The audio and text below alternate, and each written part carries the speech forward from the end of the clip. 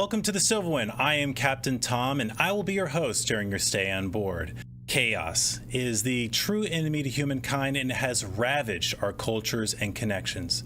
Here on board the Silverwind, we have an opportunity to fight back against the chaos and bring people back together. The way we're going to do it is the way that people have always done that, and that is through shared stories with time-tested, universal meaning. I'm joined by our co-host and producer, Wilson, who is an intergalactic robot, and he will be off screen. You won't be able to hear him. The main reason for that is, he's an intergalactic robot, and, in short, he does not have the tact with what he says or does in regards to human sensibilities. Now, at the end of the show, he'll be running a segment where he's going to try and earn your like and subscribe. And he's going to be doing this through his research on humanity. He doesn't believe that anyone will like and subscribe because of me, and he might be right, but we tried to let him do that in the pilot episode. He ended up doing research on YouTube and how it was built on the back of cat videos. So he bought 3 cats, which I did not approve of, and wanted me to hold them up to the camera. Obviously, that was an epic fail, so we'll see. We'll give Wilson another chance to try and impress you guys. He's really excited. He says he's done his research, so that will be at the end of the show, so make sure you stay tuned for that. What? No. Me buying appliances and you buying cats is not the same thing. We're not going to rehash that discussion, Wilson. Well, today we are not going to be telling this story from just outside of Earth. We're going to go to a planet called Paralandriana. I know it's a long name. The proper nouns there are all long. Like every word they have in that language it takes forever to get through greetings there. So anyways, we're going to go ahead. Let's see here, Wilson. You're going to get us over there for me, please. Wilson said if I'm going to call myself captain, I at least have to do some things in controlling the ship. So we're going to go ahead and it gives me some menial tasks here on the board. So I should hit the drive right there and hit it, Wilson. There we go. Easy day. So let's go ahead and we are going to go into our segment where we talk about our sponsors. Silverwind Stories is brought to you by Hold up. Wilson, I said no criminal organizations. No, all you've got is that industry on here. I'm not going to read. No, I said we had to have integrity with our sponsors. No. Well, I'm sorry, guys. Looks like Wilson has ruined another one of our sponsor segments. So today will not be sponsored by anyone except myself. If you would like to support the Silverwind with more than just like and subscribe, you can always check out my book on Amazon. The link is in the description below. It's called Mercy for the Fallen, Legacy of Hope. It is a fantasy sci-fi action adventure. The thing I could promise to you about it is a simple and fun read, not a literary work of art like what we are going to be reading today, which is going to be called The Highwayman, if you didn't get that from the title of the video. But before we get into that, I do want to share some facts with you guys about Paralandriana. It has a thicker atmosphere than Earth. So with that, the clouds actually are too heavy to really get off the ground. So the whole planet is basically watered with a mist. And here we go. Let's hit that. Thank you, Wilson. All right, so here it is. This is the Paralandriana I told you about. And another fun fact about it is that the trees and everything there grow really big. I guess the atmosphere is a little bit pressurized. So everything is just like, there's no real oceans. There's like rivers and things like that. But there's also peoples native to Paralandriana. And there's about 20 tribes of them. Wilson translated as tribes. I don't know why he says tribes, because there are massive numbers of them. And so as it normally goes, they were all a bit at each other's throats and warring and setting up boundaries with one another. Didn't really get along, so we decided to invite the 20 leaders on board the Silverwind, and we shared some stories with them for, what do you say, was it about 30 stories, Wilson? I think so, yeah. So after that, they actually started signing peace treaties, and they had finally the last of the peace talks this week, and it's super just fantastic thing. We actually have peace on Paralandriana. So that is the power of having shared stories having that community and connection with one another. And it's what we're trying to do right here. So we're probably going to be spending the entire first season here. We'll go down to the planet next week, and I'll show you guys the wildlife at nighttime. It's really cool. It's like glowing plants and all kinds of crazy stuff. But yeah, so that's that. Well, speaking of stories, we might as well get into the story for today, and that is going to be, as I said before, The Highwayman by Alfred Noyes. But we're not going to do it here. We have a reading room for just the occasion.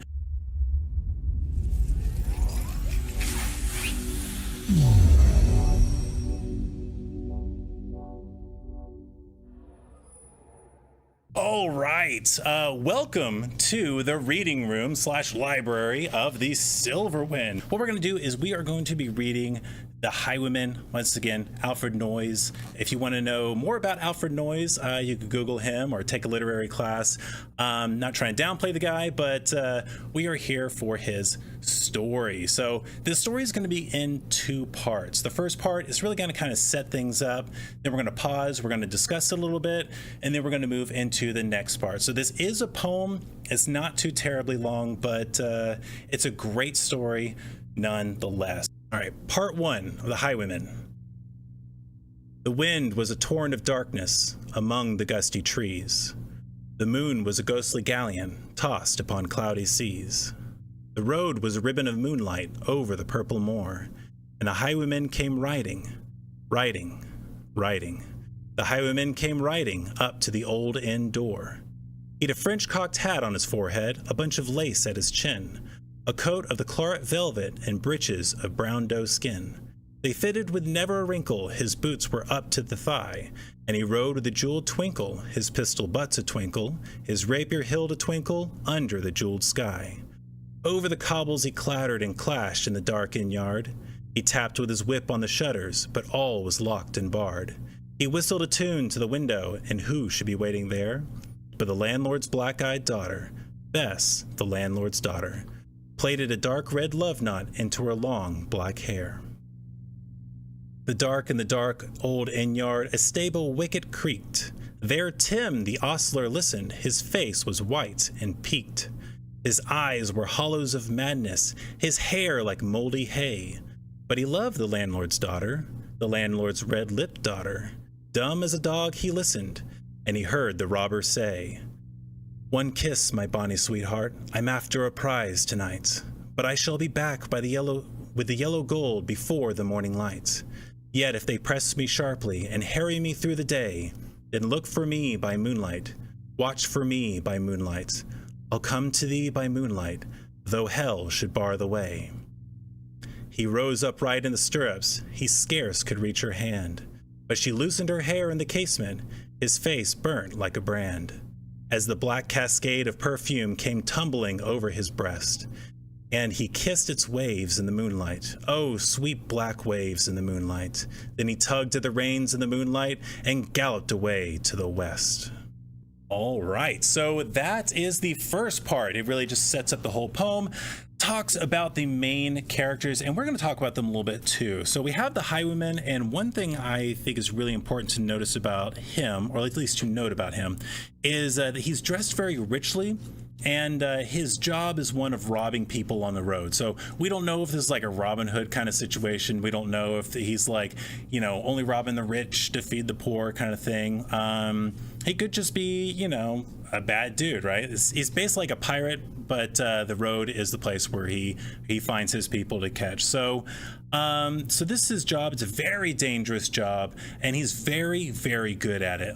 The clothes are the indication that this is a man who's seen a lot of danger and you know, has done a good job with his vocation. He's very good at surviving, so that's important to keep in mind with the story. Then we have Bess, which is the landlord's daughter. So her and the highwayman are in love. So the picture of the scene, when it talks about the casement, you can basically replace that word casement with window. So she's up in like a second story kind of situation, or at least, in an upper room, and she is letting down her hair so he can kiss her hair, right? And in the dark is Tim the Ostler. So this is an important character. You actually aren't going to hear from him directly from the rest of the story, but what he does will be felt through the rest of the story. But real quick, let's talk about him. He is, because it also says that he loves Bess.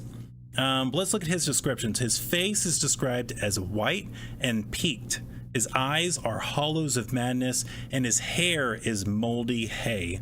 And then whenever it describes Bess from his perspective, it's describing Bess as the landlord's red-lipped daughter. Now, that compared to the Highwayman's description, at least associated description of her, which is the black-eyed daughter. So the Highwayman is focused on her eyes, right? And Tim the Ostler is focused on her lips. So Tim has a love for her, but it's a very lusty love. It's a very physical love. It's a very self-serving love. Whereas the Highwayman is looking at her. Like, your eyes are like a window into your soul. Like, he's in love with her. So with that said, Tim is going to be the one who causes the events of the rest of this to unfold. Just so you know, this is happening in either a British colony or Britain itself. So it's kind of that time period. And then, yeah, so keep this in mind. The protagonist of this story, so that you're not confused when we get to the end of it, the protagonist of this story is the love between the Highwayman and Bess. That's the true protagonist. Whereas the main antagonist, the agent of chaos, is Tim the Ostler. Part 2. He did not come in the dawning. He did not come at noon. And out of the tawny sunset, before the rise of the moon, when the road was a gypsy's ribbon looping the purple moor, a red-coat troop came marching, marching, marching. King George's men came marching up to the old inn door. They said no word to the landlord, they drank his ale instead, but they gagged his daughter and bound her to the foot of her narrow bed. Two of them knelt at her casement with the muskets at their side. There was death at every window, and a hell at one dark window, for Bess could see through her casement the road that he would ride. They had tied her up to attention with many a snickering jest. They had bound a musket beside her with a muzzle beneath her breast. Now keep good watch, they said, and they kissed her. She heard then the doomed man say, look for me by moonlight, watch for me by moonlight. I'll come to thee by moonlight, though hell should bar the way. She twisted her hands behind her, but all the knots held good. She writhed her hands till her fingers were wet with sweat or blood. They stretched and strained in the darkness, and the hours crawled by like years, till now, on the stroke of midnight, cold on the stroke of midnight, the tip of one finger touched it. The trigger, at least, was hers. The tip of one finger touched it. She strove no more for the rest. Up she stood to attention, with the muzzle beneath her breast. She could not risk their hearing. She would not strive again, for the road lay bare in the moonlight, blank and bare in the moonlight, and the blood of her veins in the moonlight throbbed to her lover's refrain. Had they heard it? The horse hoofs ringing clear. In the distance, were they deaf that they did not hear? Down the ribbon of moonlight, over the brow of the hill, the highwaymen came riding, riding, riding. The redcoats looked to their priming. She stood up, straight and still. In the frosty silence, in the echoing night, nearer he came and nearer.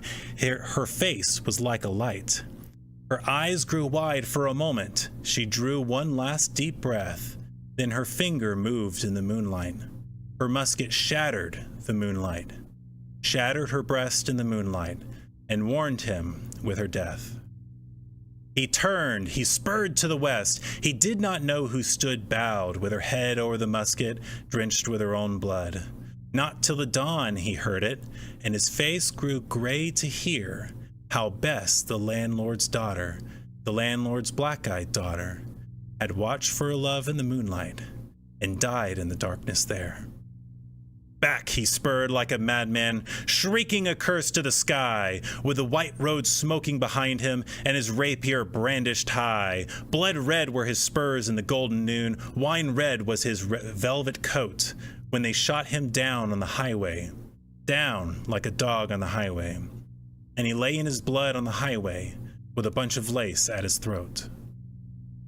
And still of a winter's night, they say, when the wind is in the trees, when the moon is a ghostly galleon tossed upon cloudy seas, when the road is a ribbon of moonlight over the purple moor, a highwayman comes riding, riding, riding. A highwayman comes riding up to the old inn door. Over the cobbles he clatters and clangs in the dark inn yard. He taps with his whip on the shutters, but all is locked and barred. He whistles a tune to the window, and who should be waiting there but the landlord's black-eyed daughter, Bess, the landlord's daughter, plaiting a dark red love knot into her long black hair.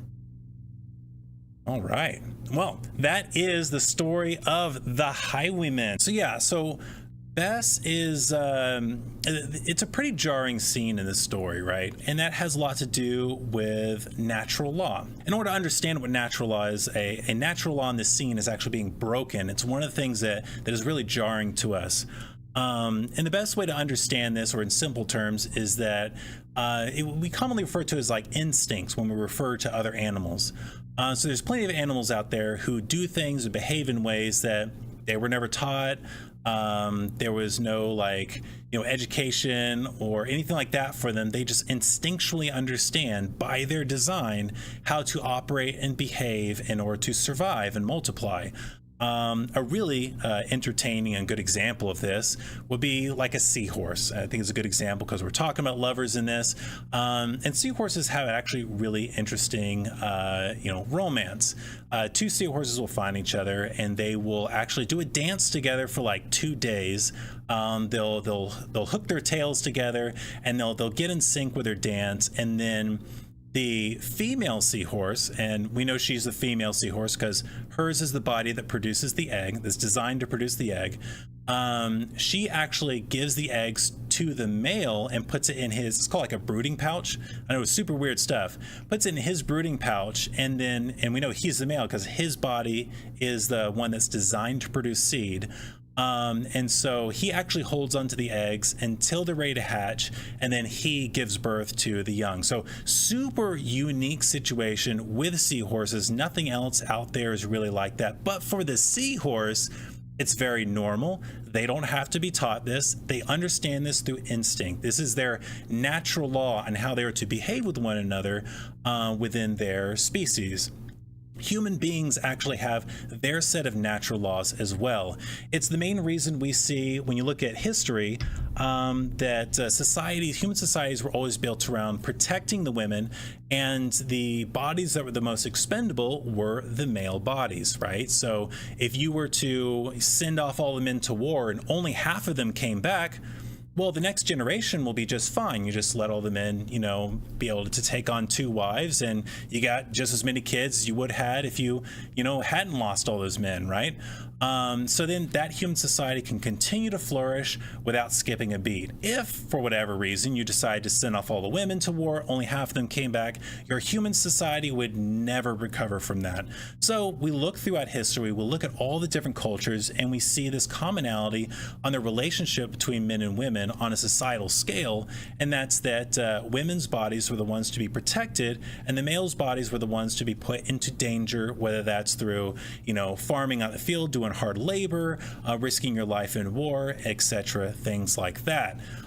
So in this scene, we have a natural law being violated in that Bess is very willingly just giving up her life in order to save his life, right? And there's something about that's very odd to us. If the roles were reversed, right? If it was a story of like maybe a princess that's been trying to get away from an evil king or something, and the evil king's men find her lover and they tie him up and that sort of thing. Same situation, she's coming back, and so he has to sacrifice himself to warn her and help her get away. It would be sad, but it would also feel right. But for Bess, she is violating a natural law in order to uphold a higher law. And that law is a spiritual law. It's a moral law.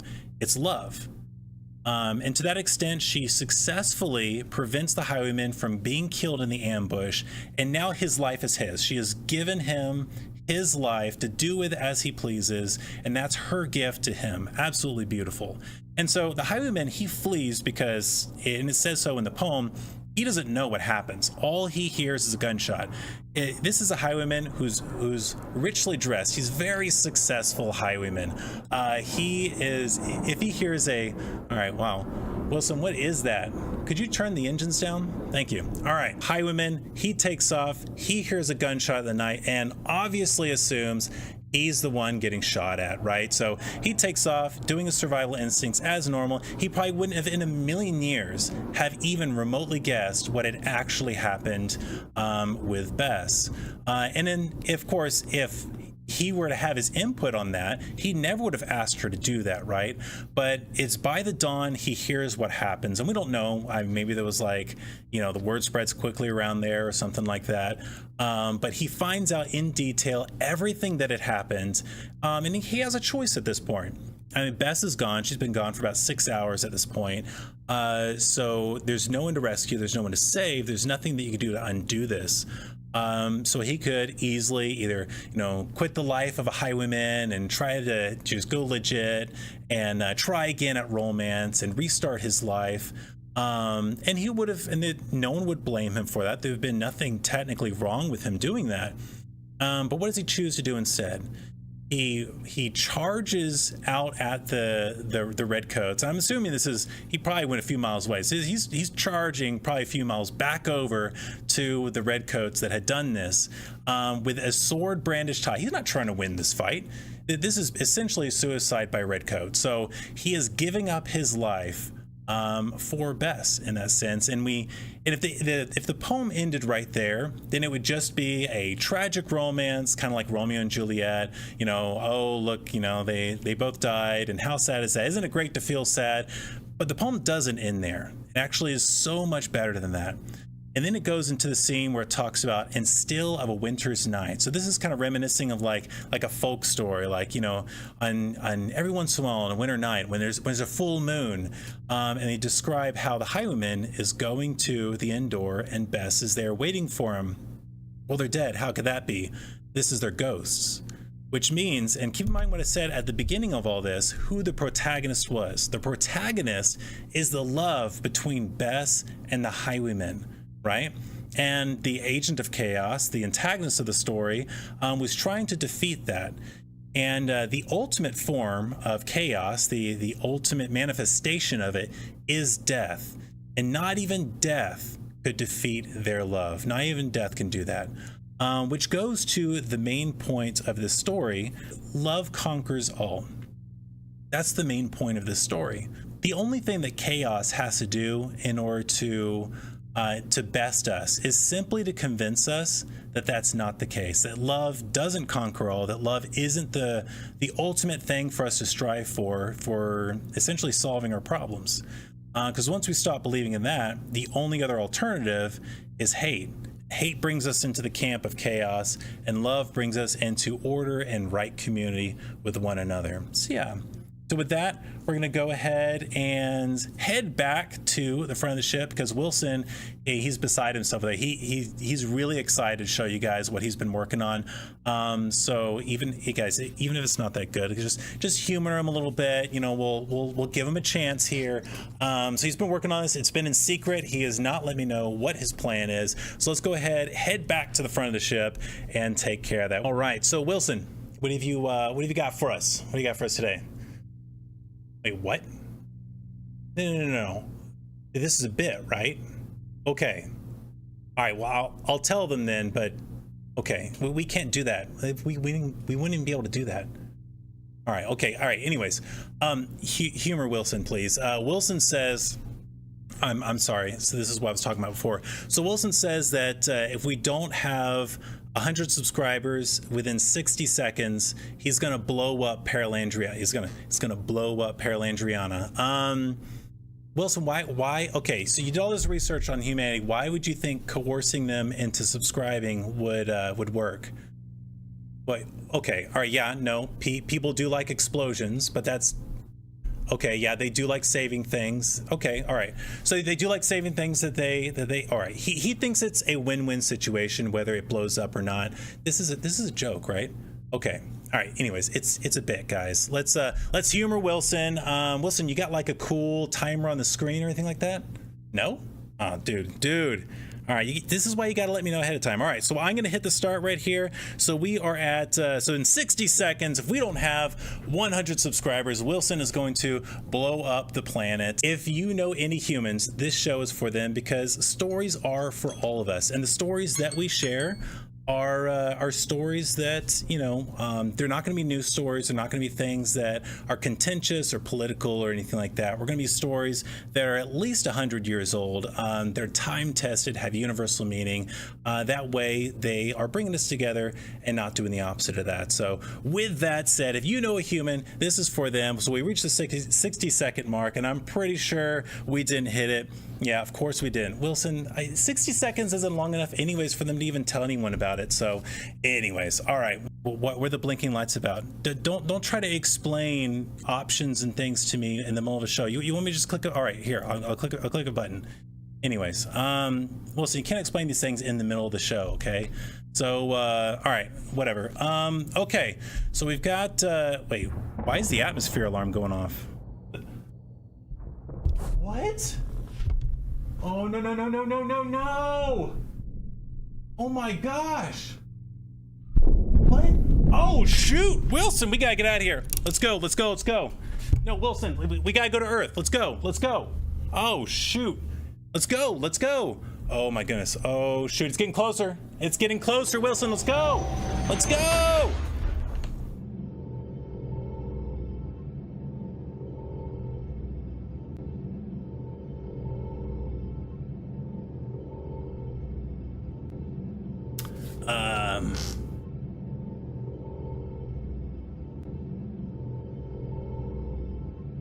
Wilson, could you mute the mic for me, please? Okay. Is it muted? All right. Wilson! Why? Why would you do that? That's easily top 20 of the worst things you've ever done. What? No. Oh, no. No, don't put this on me. Well, how you can't explain things about buttons in the middle of the show? Why would you even make that an option on the board? No, this isn't on me. You got to explain things before the show, not in the middle of it. Well, if you're going to explain things before the show, you need to make sure I'm listening, okay? This is not on me. What am I supposed to tell them? You just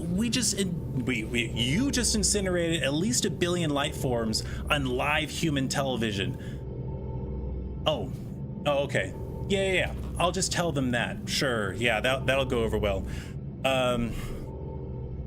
Okay. Could you unmute them for me, please? You guys hear me now? Okay. Well, Wilson said not to worry, that the planet wasn't advanced enough to have robotic life forms. So anyways, obviously that's not much of an argument. I have a better one. Let's not freak out. It's all gonna be fine. It's not as bad as it seems.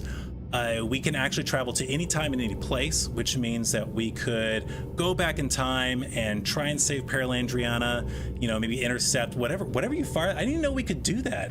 Whatever Wilson fired at them, and then try to let's see here, make sure, are we at Earth, Wilson? Okay, are the buttons, is this button gonna make sure? Okay, all right, being clear. You can't get help anymore. So yeah, basically we could go back. Maybe we can have like a giant projector screen set up or something. I don't know. Maybe you guys can help me in the comments with, you know, what we could do to try and save Paralandriana. Wilson, would you mind putting that on my list of things to do? Yeah, on that piece of paper. You mean there's no more room on it? Just grab a sticky note. Yeah, just put it on that. Save Paralandriana. We'll get to it. We'll fix this, guys, maybe like a later episode. Unfortunately, that means that we won't be revisiting that planet anytime soon, since it's kind of everywhere now. Okay, I think we're good to go. I appreciate you guys jumping on board, checking out the show, checking out the story. I'm really sorry for Wilson. We're going to keep working on him to try and see if he'll be more helpful than harmful, and not blow up anybody. Don't blame me. This is on you, completely on you. All right. Anyways, we'll fix it. No worries there. So, anyways, we'll catch you guys next time, and appreciate you guys stopping by.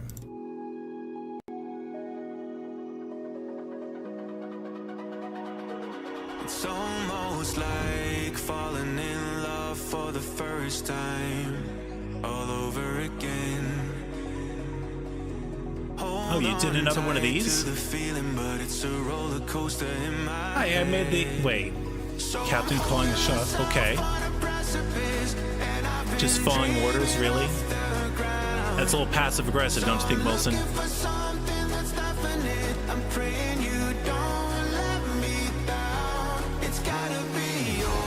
Oh, okay. Okay. Oh, really? Well, oh, come on. Oh, do you feel better about yourself, Wilson? Do you feel better about yourself now? Wilson, do you feel better about yourself? That's so rude. We all saw you do it, so anyways. You know what? That's it. That freaking Wilson. Absolutely ridiculous.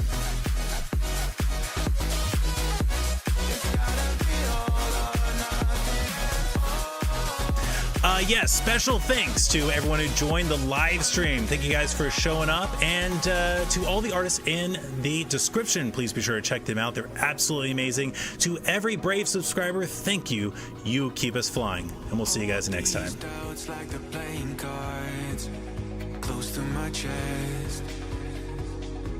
Turn them round for the river and hope it's something that I won't regret. So I'm